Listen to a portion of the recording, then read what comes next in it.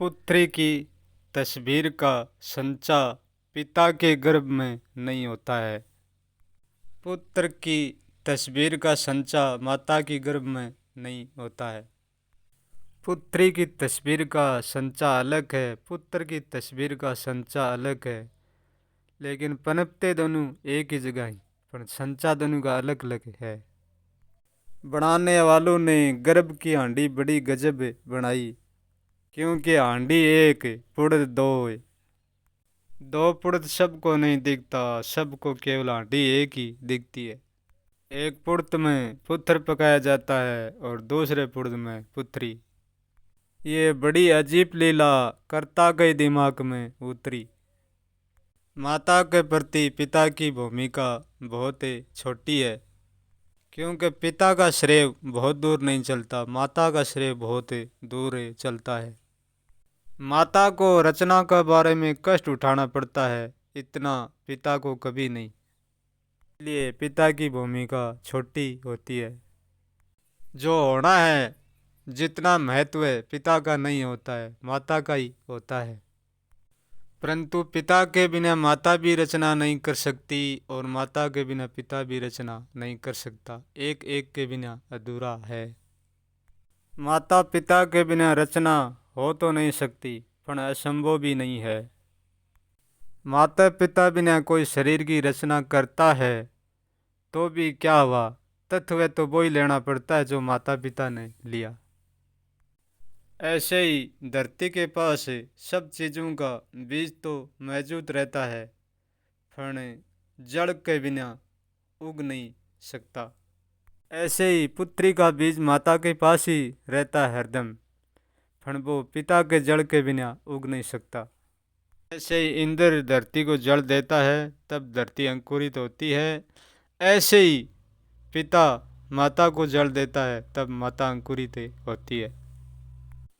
ईंट की तुम तस्वीर खींचोगे तो तस्वीर में ईंट तो आ जाएगी, पर तुम ईंट की जगह हाथी की तस्वीर खींचना चाहोगे तो वह नहीं आएगी। हाथी की तस्वीर खींचनी है तो हाथी के पास ही जाना पड़ेगा। पुत्री को जन्म लेना है तो माता के पास ही जाना पड़ेगा, पुत्र को जन्म देना है तो पिता के पास ही जाना पड़ेगा। माता पिता पुत्र पुत्री सबको जन्म देने वाली एक ही शक्ति है। वह शक्ति अद्भुत है, वह सबके चक्षु प्रकट होती है। माता पुत्र पुत्री के लिए ज़्यादा कुछ करती नहीं है, केवल प्रतीक्षा करती है और अपनी तरफ से जितनी व्यवस्था उनके लिए जुटानी होती है, जितनी वह जुटा देती है। इसलिए माता की प्रतीक्षा बहुत लंबी होती है और पिता की प्रतीक्षा पल में ही टूट जाती है। माता के पास धैर्य बहुत होता है और पिता का धैर्य बहुत ही छोटा है, क्योंकि नारी कदई पुरुष पर हमला नहीं करती, पहली हमला नहीं करती, वह एक शांति में संदेश पहुंचाती है।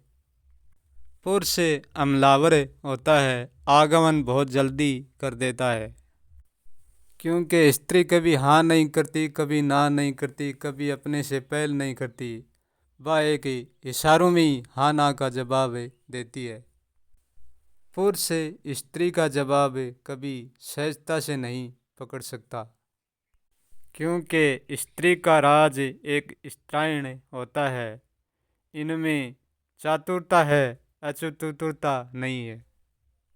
यदि स्त्री अपने अस्तित्व और अपनी चातुरता को जान लेती है तो वह फिर समय के पीछे कभी नहीं भागती है, सारा समय उनके पीछे हो जाता है।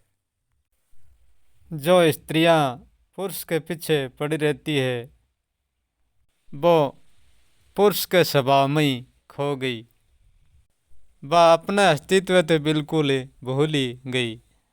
पुरुष हाँ कहता है तो वह भी लेर हाँ कह देती है, पुरुष ना कहता है तो वह भी लेर ना कह देती है, क्योंकि उनको ऐसा लगता है कि हमारा तो कोई जोर भी नहीं है। यदि जननी जाग जाए तो सबकी प्रलय कर सकती है, क्यों कि सजन करता है वह प्रलय करता भी है।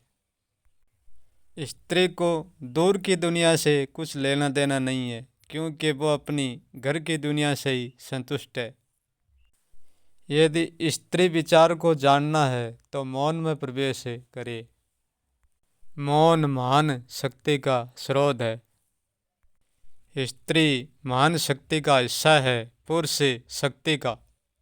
पुरुष की हर सांस आगमन करने में लगी रहती है, क्योंकि इसलिए पुरुष बहुत जल्दी थक जाता है। स्त्री को कोई चुनौती नहीं दे सकता, क्योंकि वह चुनौतियों से लड़ती नहीं है, चुनौतियों से हार कर जीती है।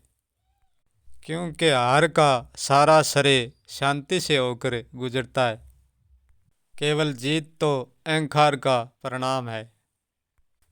स्त्री का जीवन जब निखरता है, वह अपने जीवन को दूसरे जीवन को जन्म दे देती है।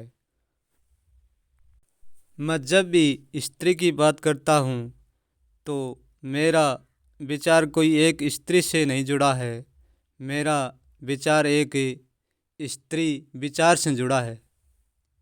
मैं कोई औरत का नाम नहीं लेता हूँ, मैं एक स्त्री विचार की बात करता हूँ। वो स्त्री विचार सब में विद्यमान है, क्या पुरुष क्या स्त्री। मैं कोई दूसरे की बात नहीं करता हूँ, मैं मेरी बात मेरे तरीके से करता हूँ।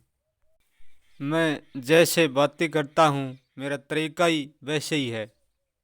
मेरा तरीका तो मेरी बातों जैसा ही है, परंतु मैं कुछ नहीं।